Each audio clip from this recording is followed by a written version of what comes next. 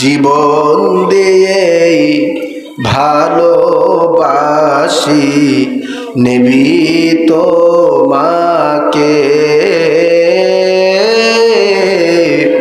জীবন দিয়ে ভালোবাসি নবী তোমাকে।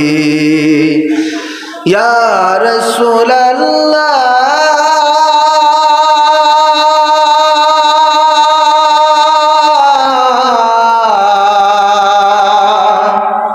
ইয়া হাবিবাল্লাহ, দাঁত ভাঙ্গিল ওয়াজ কুরানি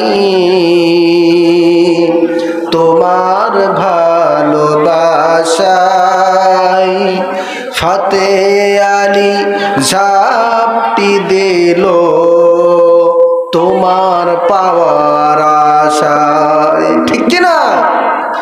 দাঁত ভাঙ্গিল ওয়াজ কুরানি তোমার ভালোবাসায়, ফাতে আলী ঝাপটি দিল তোমার পাওয়ার আশায়। আমার বন্ধুগণ, প্রিয় বাবাজিরা আমার, হযরত সুফি ফাতে আলী ওয়াইসি রহমাতুল্লাহ আলাইহি, যার নাম ইতিহাসের বুকে স্বর্ণাক্ষরে লেখা রয়েছে, যিনি ছিলেন জগৎ বিখ্যাত আল্লাহর একজন ওলি। এই সুফি ফাতে আলী ওয়াইসি রহমাতুল্লাহ আলাইহি তিনি এমন ভাবে আল্লাহর ইবাদত বন্দি করতেন, নবীজির মহব্বত করতেন, নবীজির প্রতি দরুদ পড়তেন, আর বুকের মধ্যে আশা রাখতেন আজকে এশার পরে ঘুমানোর আগে নবীজির প্রতি দরুদ পড়ব, 100 বার করে 1000 বার করে দরুদ পড়ব, দরুদের আমল করব। এই দরুদের আমল করলে পরে স্বপ্নের মধ্যে নবী পাকের দিদার পেয়ে যাব। সুবহানাল্লাহ।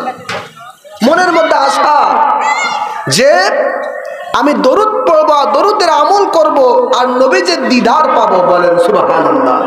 প্রিয় বাবাজিরা আমার, সুফি ফাতে আলী ওয়াইসি রহমাতুল্লাহ আলাইহি প্রতিদিন ইশার নামাজের পরে নবীজির প্রতি অসংখ্যবার অগণিতবার দরুদের আমল করতেছেন, কিন্তু নবীজির দিদার পাচ্ছেন না।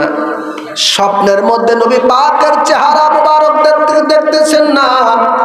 এই জন্য সুফি ফাতে আলী ওয়াইসি রহমাতুল্লাহ আলাইহি মনের মধ্যে কষ্ট, মনের মধ্যে আক্ষেপ, আহারে কেমন দরুদ পড়লাম যে দরুদের বিনিময়ে নবীজির দিদার পাই না। না না না, এই জীবন আর রাখতে চাই না, এই জীবন আমি শেষ করে দিব, আমি বিলীন করে দিব।